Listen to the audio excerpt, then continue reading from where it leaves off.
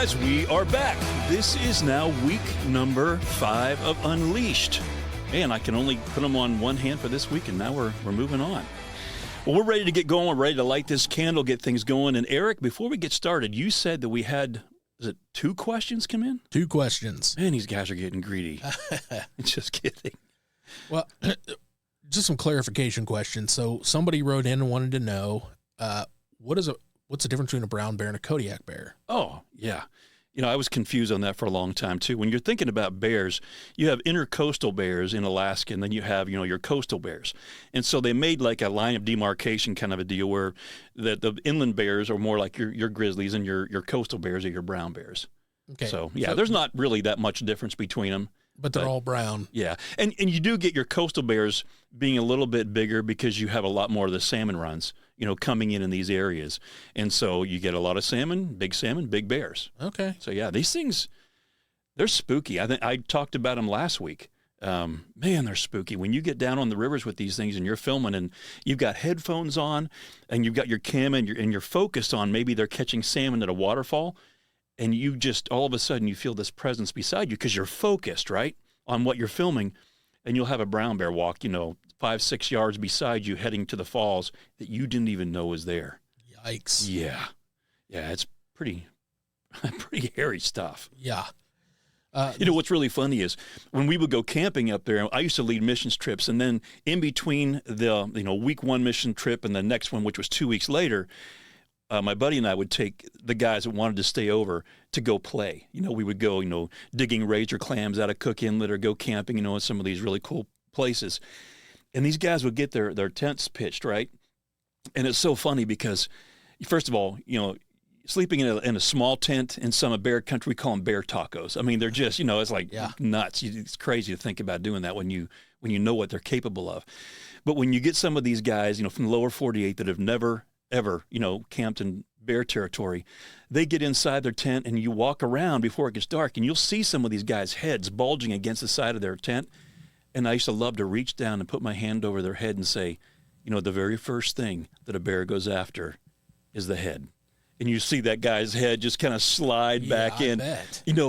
What's funny, I took a group up there one time to climb up an area called Crow Pass. It was about 5 miles to the top. But these guys had never been, in this area before. We're going up to look at some glaciers, and there's some old, gold mines from, the early 1900s up there. But there's a sign, and I always do this when I take people to this location. There's a sign, and when they come, it says, before you proceed back the trails here, it says, you need to take a couple of things with you. First of all, you need to make sure that you've got, pepper spray, bear spray, that shoots like 25 feet. You need to have that bear pepper spray with you. And then you need to have a jingle bell. You carry them on your backpack, and that lets the bears know you're in the area. I call them a dinner bell, but they give them to you until you just did. Sure. Yeah. And then the rest of the sign says, and you need to be very familiar with the difference between black bear and brown bear scat. Black bear scat is it's full of squirrel fur and berry seeds, where brown bear scat is full of jingle bells and smells like pepper spray. Oh, well, that's nice. It's just really unnerving, when you're going up there. But you said we had another question? Okay, second question. So I've actually had quite a few emails. I don't know how you're going to feel about this line of questioning, but I'm getting a lot of questions about animal fights. Yeah. So Rob from New York wrote in and wanted to know who would win between a wolverine and a chimpanzee. And the wolverine, he had some extra on there. Are you ready for this? The wolverine is a pocket knife, and the chimpanzee has a back scratcher. What? Yeah, I don't know. Oh, late night, Rob. Late night. Yeah. Wow. I mean, you're on 2 totally different continents here. How would you even get them together unless it was like at a zoo or, some crazy thing? Monkeys really, they're scary. We were in Kruger National Park, same trip where we talked about with Harry Wohlhutter in one of the earlier episodes with the lions. We stopped at a little place in their little outdoor cafe, and my buddy Ralph and I and Wade were sitting around this table, and these monkeys just came out. And we were talking about these things and how strong they really are. And Ralph went to go give them like a piece of something, a sandwich or something. And the owner of the restaurant came flying out. "You stupid Americans." He starts screaming. We're like, what is up with this guy? He said, "We had a tourist come through here last week and did the same thing. And when they didn't have any more food, the monkey literally tore the guy's throat open." Wow. They are incredibly dangerous. You don't feed them because they just keep waiting for that next meal. And it's always, the dominant one that goes first. And once he's done, then everyone else can eat. Well, there wasn't enough food. And for whatever reason, he was just in a bad mood that day. I mean, wolverines, wolverines, their tracks, if you ever follow one in the wild, like in the snow, you can see the size of their claws. They're huge and they're fearless. But these things, when they walk, their front feet are kind of offset a little bit. That's how you can kind of tell a wolverine's tracks when you see it. And a buddy of mine was flying up in the wintertime in Alaska, and he was sitting in this little airport. It was one of these one building kind of things like you find up there.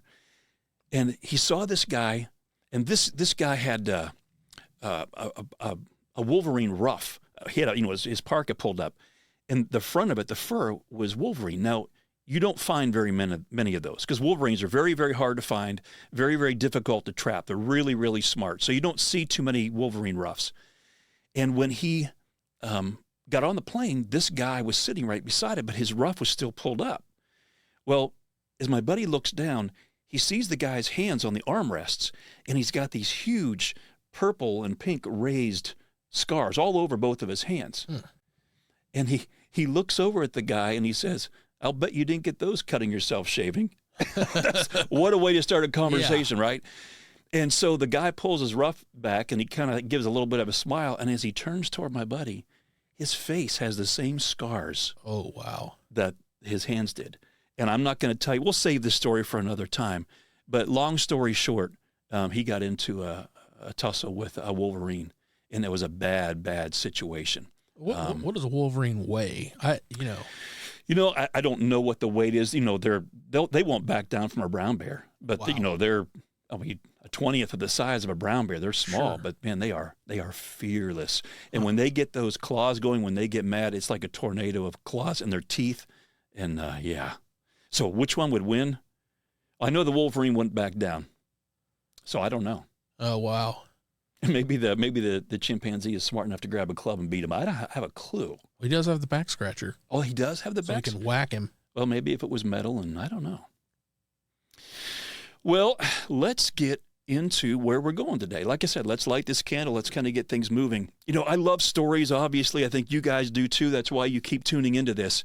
But when I'm traveling a lot with like we just talked about, some of my friends, I was in music for years, and I would be on tours with different guys, and we would, stop at restaurants, and we'd get all kinds of funny stories around the table. But one time we were traveling across the country, and this is back when I was still singing in Christian music. I was in a group called One, and we had been singing with Sandy Patty, and when we were opening up for her, and when that tour would be done, like we'd be out on a 2 or 3 week stint, we had a custom van built with a sound trailer that would come to wherever our last date was, and they would meet us there, and then we would do another, week or so touring ourselves.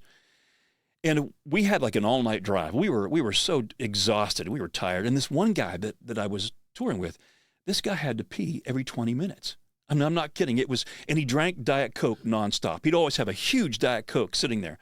So we had an all-night drive. It was like 11 o'clock at night. We needed to get on the road. I think we were headed to Oklahoma from someplace. And we just said, "Listen, you are going to have to go in the cup. It's all guys in this band, and get in the back of the band, go in the cup. We can't keep stopping." I mean, it's 15, 20 minutes down the road, and he's begging to stop. And we're like, ugh. So we pull into this McDonald's, about the only thing that's open. And he goes flying, goes running in, and we're kind of laughing at him. We're a little frustrated, but so we go in, and like when you go back in a McDonald's, you walk back the hallway, and you got the men's on the one side, the women's on the other. And so my buddy and I go in, we use the bathroom, we're washing our hands, and I'm realizing that the other guy wasn't with us. I mean, he wasn't in the bathroom. And I go, "Where in the world did he go?" You see where this is going. And so I open up the men's bathroom at the same time the women's door is opening. here comes this beautiful blonde-haired woman. Her face is beet red, and she is laughing. She's got her hands over her face. She's laughing hysterically. And I look right behind her, and there's my buddy come walking out behind her. I said, what are you doing in the women's bathroom? He says, you ain't never going to believe this. I said, what happened? He says, I didn't need a urinal. My stomach was all upset. He goes, so I'm looking for a stall. He said, so I go in the stall. I'm sitting there maybe 30 seconds, and someone came in the bathroom, and they sat down in the stall next to me, and he goes, I thought it was you. I look down. I see the tennis shoes. He goes, I thought they were your tennis shoes. He said, so I'm making all kinds of noise. And he says, and you're not laughing. He said, so I take my hands and put them over my mouth, and I'm making even more noises with my hands now. And he goes, and you're still not laughing. Yeah. He goes, so I start taking toilet paper off the roll, and I'm throwing it over the top of the stall. He says, I come walking out, and here's this woman washing her hands, and he goes, no. She's like, yes. And that woman that came walking out, that's how I met my wife. Wow. Okay, that was a lie. But it makes for a good story. But the rest of it was true. Yeah. I was going to say, How I Met Your Mother. It's a great episode. Right. But, we have this saying, challenges are gifts, that somehow out of these things, we learn. And so I thought we'd kind of start today off with a kind of a lighthearted story, because we know that the challenges, when we say challenges are gifts, I have people all the time saying, then why does it feel like Christmas all the time? I mean, I'm getting so many gifts in the way of challenges. I'm just tired. And, when we're young, we're taught, by our parents or our community or whatever, how to handle difficult circumstances. And, we just went through in a couple of the last episodes, we talked about identity, who we really are in Christ. That is key to everything. We talked about the big lie that we buy into, which is that my performance plus others' opinions equals my self-worth. We talked about learning how to take our spiritual temperature so we know if that voice we're hearing in our head, is it coming from God or the enemy? And we talked then about declawing the lies of the enemy. We talked about how do we, through the renewing of our mind, get rid of unhealthy thoughts, emotions, and actions, reshaping our belief system. So it was about, let me think, probably around 2008. My son would have been about maybe 12 years old. I think maybe it was 2007. And so I take him to go to a game dinner I'm speaking for. Now, if you don't know what game dinners are, you get a lot of outdoorsmen come together, and they give away all kinds of prizes. And the speaker talks about all kinds of adventure stuff, just like we're doing here, and then wraps it up at the end, so that, a lot of those guys who would never darken the door of a church will want to come back because they feel like it's safe and something they might be interested in. And I wanted to take my son with me on this trip. I wanted him to kind of see, what I was doing at these events. And I'm figuring, 12 years old is a really teachable time. So we drive. It was in Joliet, Illinois. It was about 4.5 hours away from where we live here in Indiana. And we get to the hotel, and I've got my camo backpack, and I've got a bow case, and I'm taking it into the hotel. And as I walk in, I see this woman. She's eating this chicken sandwich. And as I come walking up, she turns to the woman behind her that's working there as well, and she says, hey, you want the rest of my chicken sandwich? And the woman puts her hands up. She goes, I couldn't eat a thing. I'm stuffed. So she takes the chicken sandwich, throws it in the trash, and she turns to me. She goes, can I help you? I said, yeah. I said, my son and I need to check in. We've got an event down the street tonight, and they're putting it on a direct bill. I said, I think the name of the church is Friendship Baptist Church or something. And she says, what's your last name? I said, Henderson. So she types it all in. She goes, oh, here it is. She goes, you're just here for one night? I said, yeah, just tonight. She says, no, what are you doing at the church? I said, well, I'm going to be speaking for a wild game dinner. And she says, what's that? I said, well, a lot of guys that like to hunt, and that's all the more I got out. I didn't even get to say anything else. She goes, oh, you're a hunter. And I'm going, oh, geez, here we go. And I said, yes, ma'am. She goes, I'm sorry. She goes, I just have a real pet peeve with hunters. And I said, why is that? She goes, I hate it when people go out and they kill these beautiful animals and they don't eat it. I think it's wrong. And I said, I absolutely agree with you. I said, everything that I harvest, my family eats it, or we give the meat to someone who can use it. She goes, I'm sorry. It's none of my business, really. And my son's listening and watching. How's Dad going to handle this stuff, right? The confrontation. And she looks down at my bow case. And I kept thinking, what is she looking at? And I forgot I had a sticker on there. And it says, I love animals. They're delicious. And I'm going, now it makes sense. And she's entitled to her viewpoint, whatever it is. I want to respect her. But, the way she was kind of handling it with me, was just a little bit edgy. And so she gets done checking me in, and she hands me my room key, And she says, well, Mr. Henderson, I hope you have a good wild game dinner or whatever the thing is you do, and kind of mocking me in a way. And I said, thank you. And I went to leave, and my son, he's watching going, okay, Dad handled that pretty good. And then she says, I hope I didn't offend you. I said, no. I said, you're entitled to your own opinion. She says, well, don't you have any pet peeves? And my son's looking at me, giving me that hand across the neck like, shh, Dad, don't say a word. And I said, well, yeah. She goes, well, like what? I said, well, it's these people that hate hunters and they go out and buy a chicken sandwich, eat half of it, and throw the rest of it away. Boom. And my son's like, oh, I can't believe he just said that. It wasn't one of my finer moments. It was probably well-deserved. But, it's in those situations when we have these challenges, we don't learn how to handle things unless we go through difficult situations. I mean, jumping into something really difficult right away, let's just go back to David in the Bible. He's had an affair. And I get people all the time, they're saying to me, if God really loves us, why does he allow us to go through difficult things? Why does he allow bad things to happen? Here's David, having an affair and all this stuff. Well, why did he allow David to have the affair? Because he loved him. You're going, what do you mean he loved him? Because he knows this. In order for David to learn what God needs him to learn, he's going to have to fall pretty hard.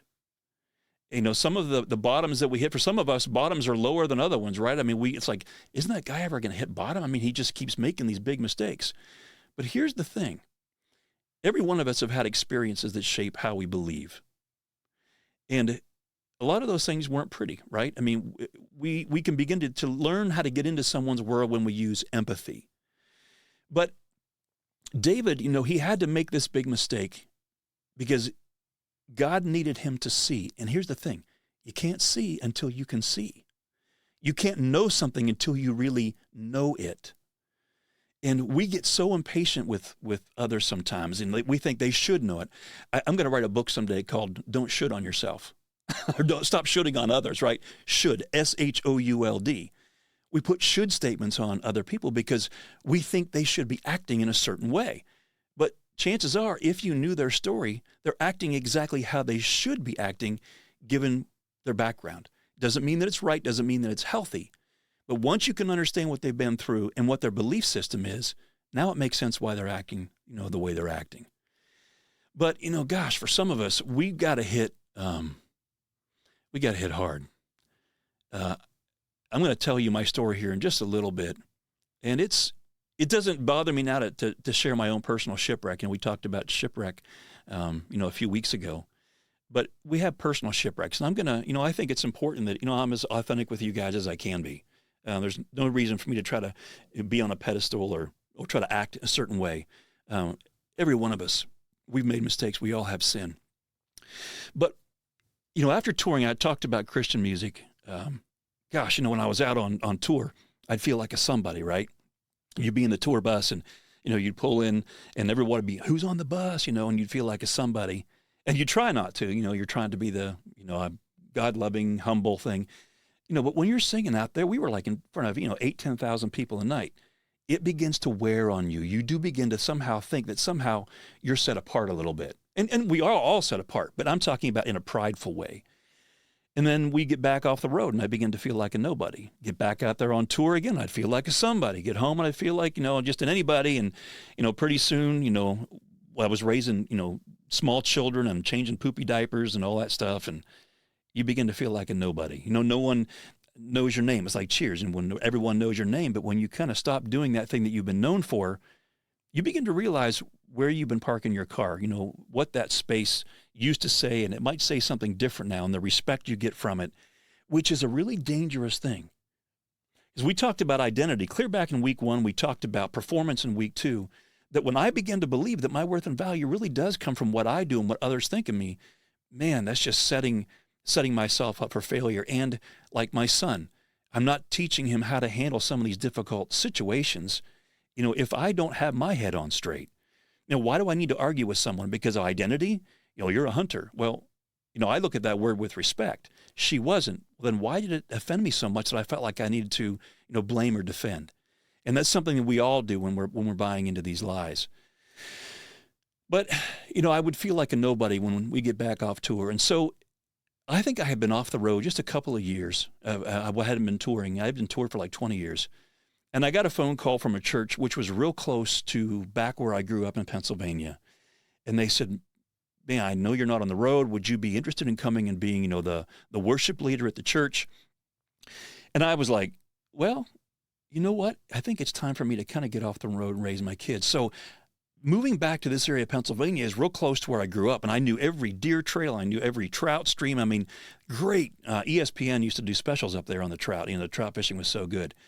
And I'm like, you know what? This takes me back to my old stomping grounds. I want to do this. I love that area.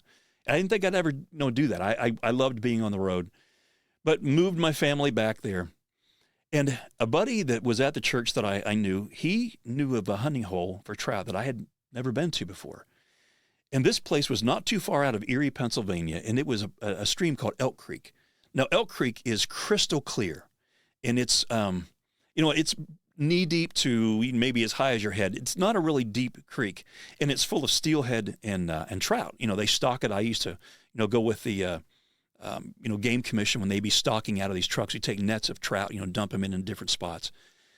But he took me to this spot. Now, the place where he took me, you've got these streams coming together just upstream a little bit, and when it comes around a bend, it forms a whirlpool.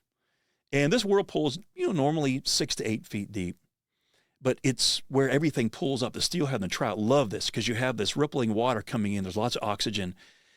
And so we went up there at the beginning of trout season, and I think it was close to opening day, maybe a couple of days after. And I forget what the limit was. I forget whether it was 3 or 5 trout, whatever it was. We both limited out in 20 minutes. We're done. Now, I had never taken my son since we'd been back there fishing yet, and he was really wanting to go fishing. And this would have been in the spring of 2003.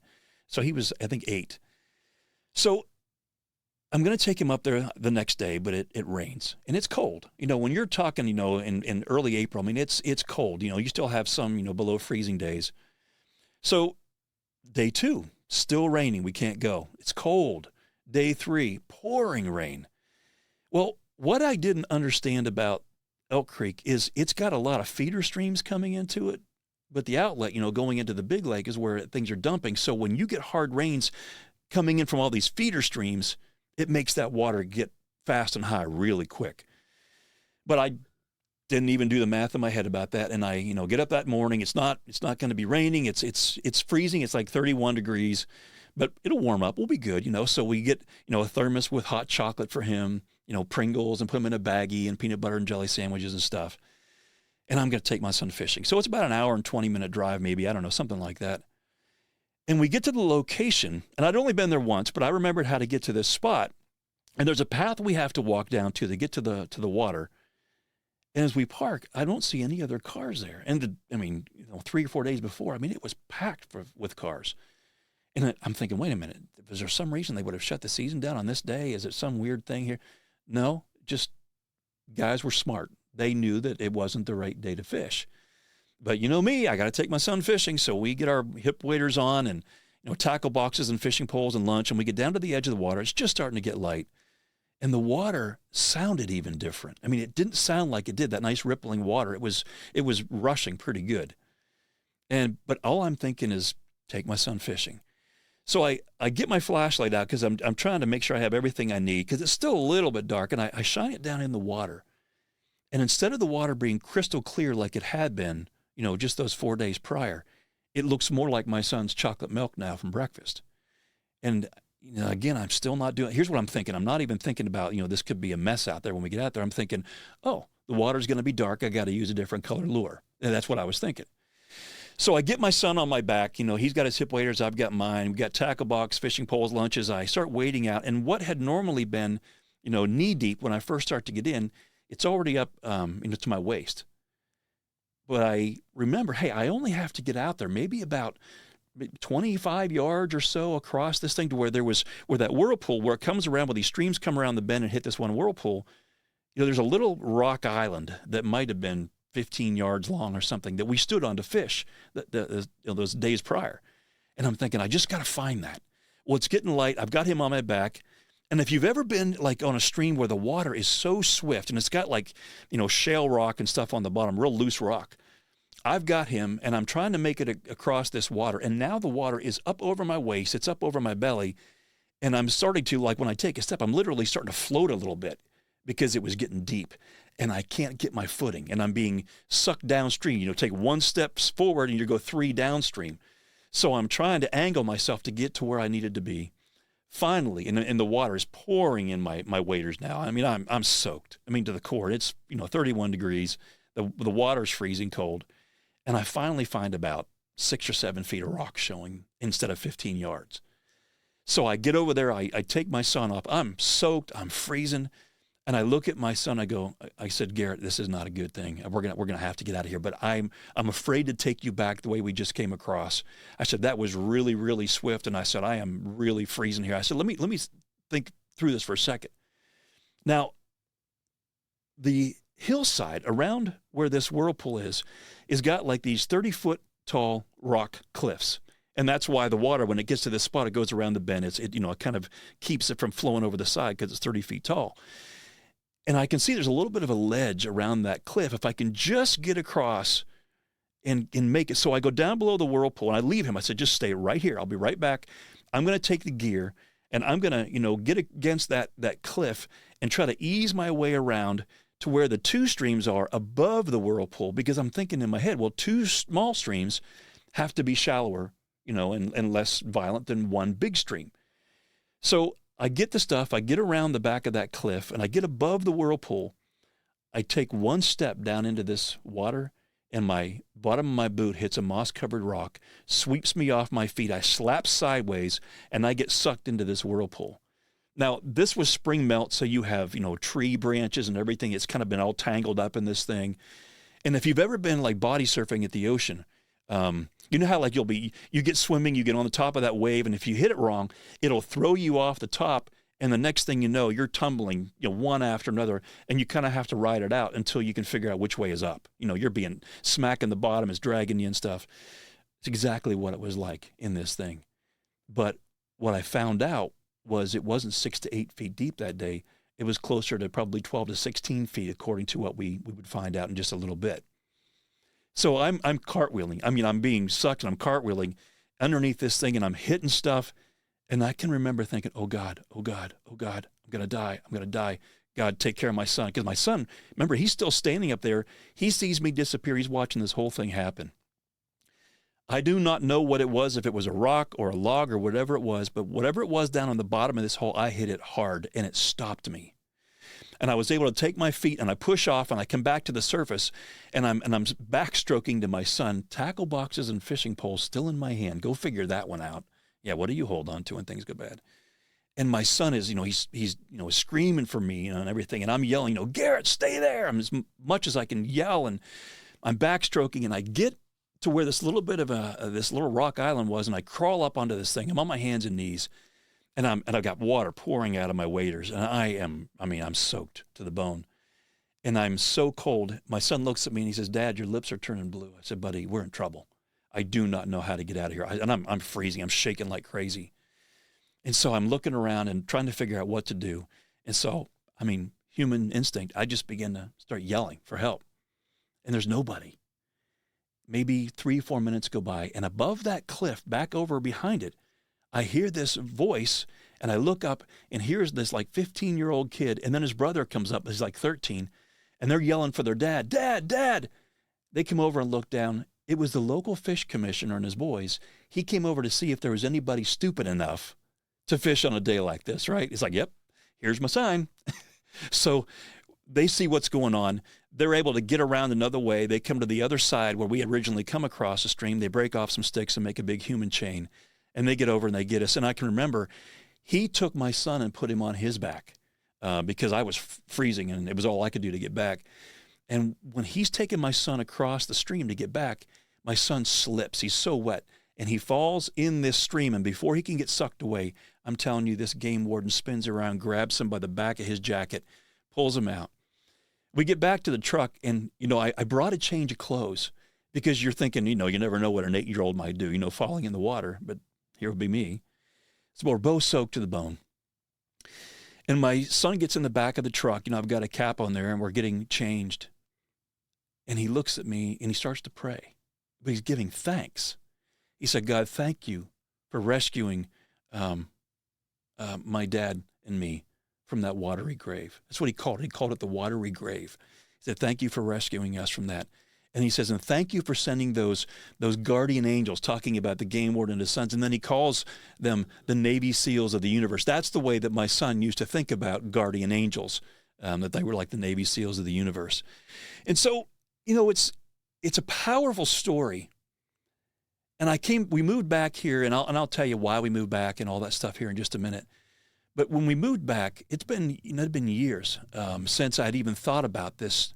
And I was writing a book called Into the Wilds. It was one of my last 2 books that came out. It came out about 5 years ago. But I'm telling a man who had mentored me for about 10 years, I'm telling him this story. And I said, I'm going to put this in my new book. I said, what do you think? There you go, other people's opinions, right? No, we're seriously, what do you think about this? He says, that's a powerful story. And he said, but you kind of made the point of the story, this watery grave and these Navy SEALs of the universe. He says, that's cute. I'm thinking, okay. But he says, but I think you missed the point of the story. I said, what do you mean? He said, was it a good thing or a bad thing you hit bottom in that whirlpool? I said, it was terrible. Didn't you hear the story? He said, but you said this water hole was like 12 to 16 feet that day, right? I said, yeah. He said, and this was a whirlpool. I said, yeah. He said, what would have happened had you only been sucked down to 8 feet, 6 feet, or even 4 feet? I said, I'd have drowned because I'd have never hit bottom. I'd have never been able to get back out of that stuff. He says, then let me ask you again. Was it a good thing or a bad thing that you hit bottom? Wow. I don't know if you felt that, when I just said that, but, we don't look at life sometimes as these challenges that we face are gifts until you hear something like that. And that's that zinger, that aha moment. Was it a good thing or a bad thing you hit bottom? When I'm speaking for men's retreats, I do a lot of those as well. And I get to hear guys' stories, and we'll break into small groups and be talking. And by the time we get through the end of that weekend, they're able to see the gift and the challenge. They're coming up and saying, you know what? I'm so glad that happened to me because, I would never know what I know now. I could never see what I can see now. So it's really important that we begin to uncover, again, the lies of the enemy, because he wants you to think that these challenges, they're bad, they're not good. But like we talked about with David, God allowed him to have that affair because he needed him to see something and needed him to know something. So let's bring this, that crazy story. That was kind of a home front in a way, but let's make it more personal. Let's come back to the kind of stuff that we all face.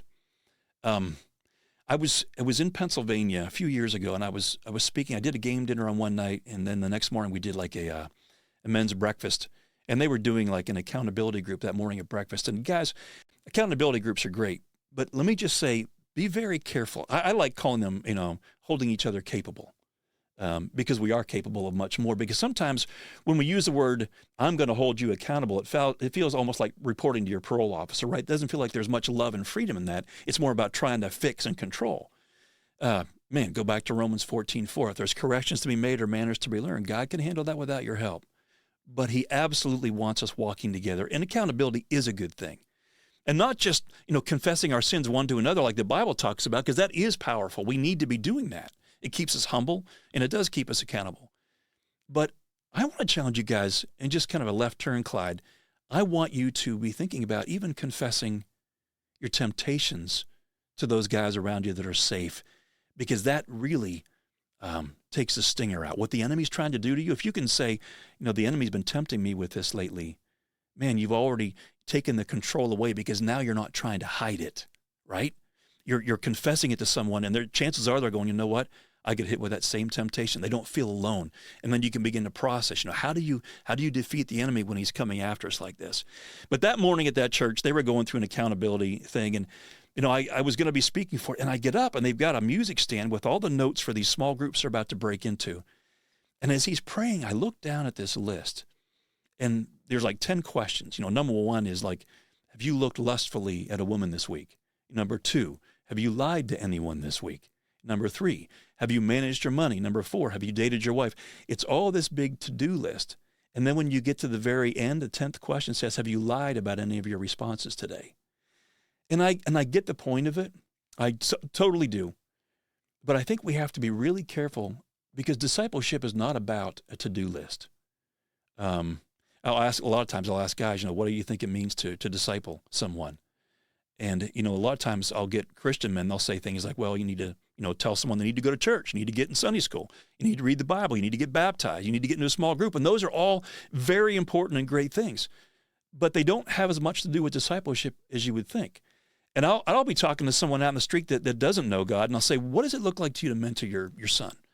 He'll say, "Teach him how to walk, teach him how to talk, teach him how to manage his money, love his wife, teach him how to fight." Discipleship is about relational living. My dad would be working on something in the basement, and he would come down and he would have a flashlight, and he would give it to me and say, "I want you to hold the flashlight while I do this." And then when he was done, he would take the flashlight and have me do what he was just doing. See, it's about learning to walk together. Discipleship is about learning to live life together. So get done with that morning breakfast, and then I have to speak in the main service at church. So I go in, I get done with the service, and I sit down in the front row. I'm sitting beside the pastor, and the pastor goes, "Hey," he said, "we have a guy in the back in the church in one of the little Sunday school classrooms, and he got kicked out of his house.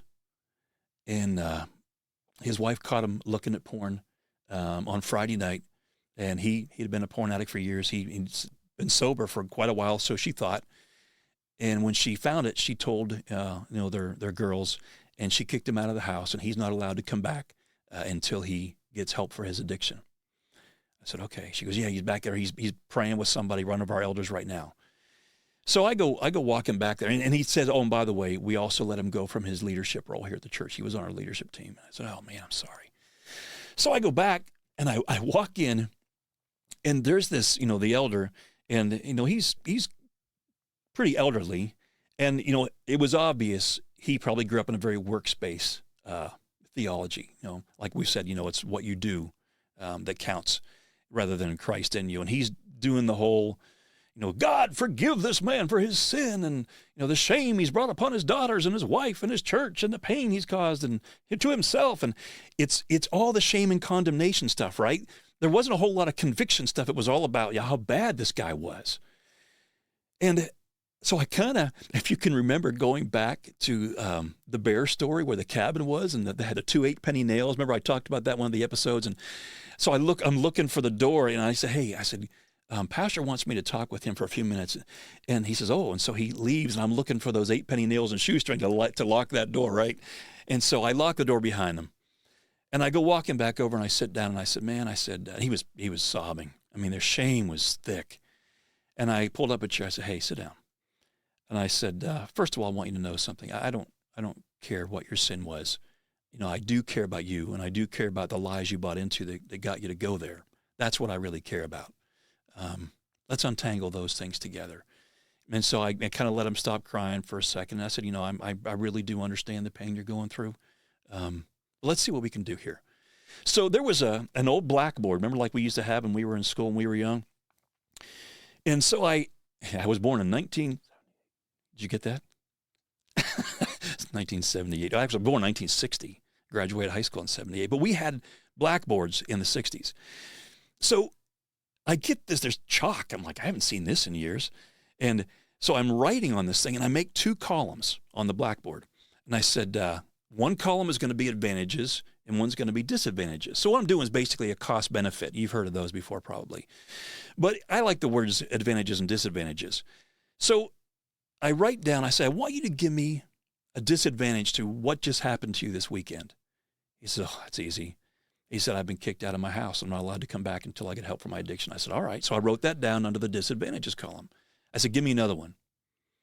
He said, man, he says, I'm going to have to learn how to figure out where all the bank accounts are and how to pay bills." He goes, "She does all that. I don't do any." He says, "Okay, so I have to learn how to pay bills." I wrote that down.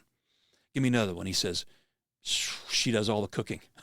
I have no clue how to cook. And I said, "All right, I'm going to have to learn how to cook." And I'm just kind of laughing at that one, And I said, "All right, give me another one." He goes, "Well," he says, "I got kicked off the leadership team this morning."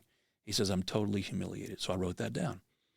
I was kicked off the team. I'm totally humiliated. I said, "Do you got any more?" He says, "That's all I can think of off the top of my head." I said, "All right." I said, give me some advantages then. Let's fill that side in. And he says, there are no advantages. I said, well, in the disadvantages, you said, I can't come back home until I get help for my addiction. And he says, yeah, I already set up an appointment. I have an appointment for Wednesday night. I said, oh, so you're going to be getting help for your addiction. That's an advantage. So we moved the disadvantage over to the advantage column. I just drew an arrow and said, that's over here now. I said, is it a good thing or a bad thing? You don't know how to pay your bills. And he goes, it's not a good thing. I drew an arrow. I get to learn how to pay my bills. Advantage. I get to learn how to cook. Advantage. He says, but what about this last one? I was kicked off the leadership team and I am totally humiliated. I said, let me ask you a question. Is it a good thing or a bad thing to learn how to walk in humility? You could see it on his face. He began to see the gift that was in this challenge that he was facing. And the way that his pain was being handled by those that loved him but didn't know how to walk in his shoes, get into his world, they were using condemnation to try to get him to change. Behavior modification, it works for a while, but I've never known anyone where behavior modification rearranges their life. It just doesn't. You have to learn how to renew your mind because it's what's at the root that's causing you the problem that you have to get down to, not just the unhealthy fruit on the tree. So, there's a huge difference between conviction and condemnation. Conviction is about what God wants, right? But condemnation is about what the enemy wants. You see, one frees us and invites us to walk in the light, but the other one enslaves us and it keeps us hiding in the darkness. You go back to, let's take a look at some scriptures here for a second. If you go back to like Matthew 5, and again, I've said before, this podcast, I'm going to be using the Message paraphrase because I just love the relatability sometimes with this. But I love Matthew 5:3. It says, you're blessed when you're at the end of your rope. With less of you, there is more of God in his rule, more of his glory. When you're at the end of your rope, you get to see him come through. Just like that hitting bottom. There's no way that I could have done that without God being the one to save. 1 Thessalonians 1:5 says, all this trouble is a clear sign that God has decided to make you fit for the kingdom. He wants you to be able to see. He wants you to be able to know. And whatever that bottom is that you're refusing to hit. We go to sin for a reason because it's always attractive. Because sin has an immediate payoff. And I've said before, sin is an illegitimate way of getting a legitimate need met. But we're going to the wrong place. And God needs to make us fit for the kingdom. And I love coming back, Matthew 5:4, it says, you're blessed when you feel you've lost what is most dear to you. Only then can you be embraced by the one most dear to you. We all, when we lose a job or we lose a title or whatever those things are, we begin to feel like we've lost our identity because we've put our identity in the wrong place.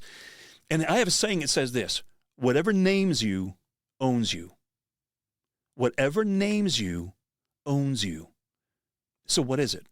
Is it, how you look? Is it fame? Maybe if you're a student in school, maybe it's your grades. Maybe it's what your house looks like, your job title, your education. Are you popular? How many likes? How many loves are you getting on social media?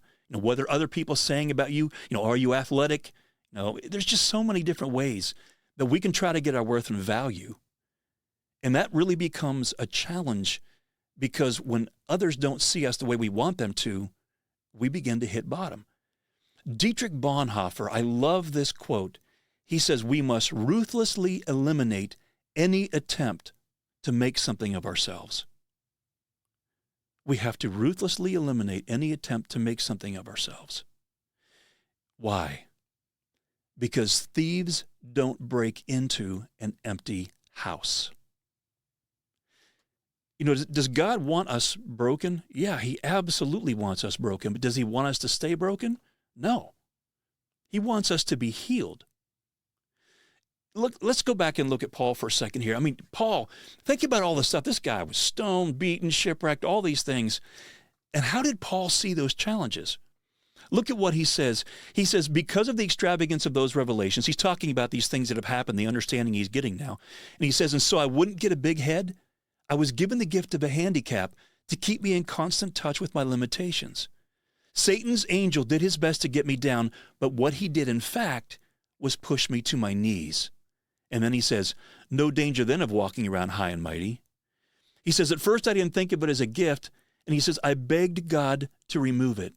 3 times I did that, and then he told me, my grace is enough, it's all you need.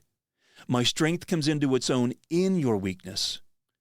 Once I heard that, he says, I was glad to let it happen. I quit focusing on the handicap and began appreciating the gift.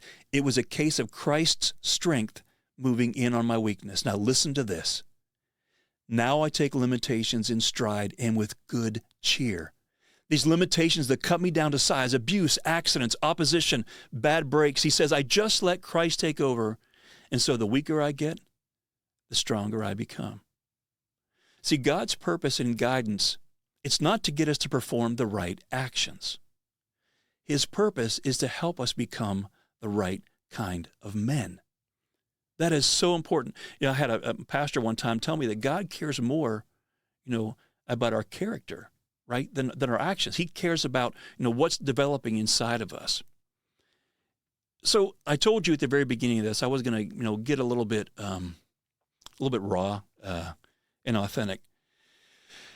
And this is sometimes hard because whenever you feel like you're having your shorts dropped in gym class whenever you tell on yourself. And if any of you ever had that happen, you know exactly what I'm talking about.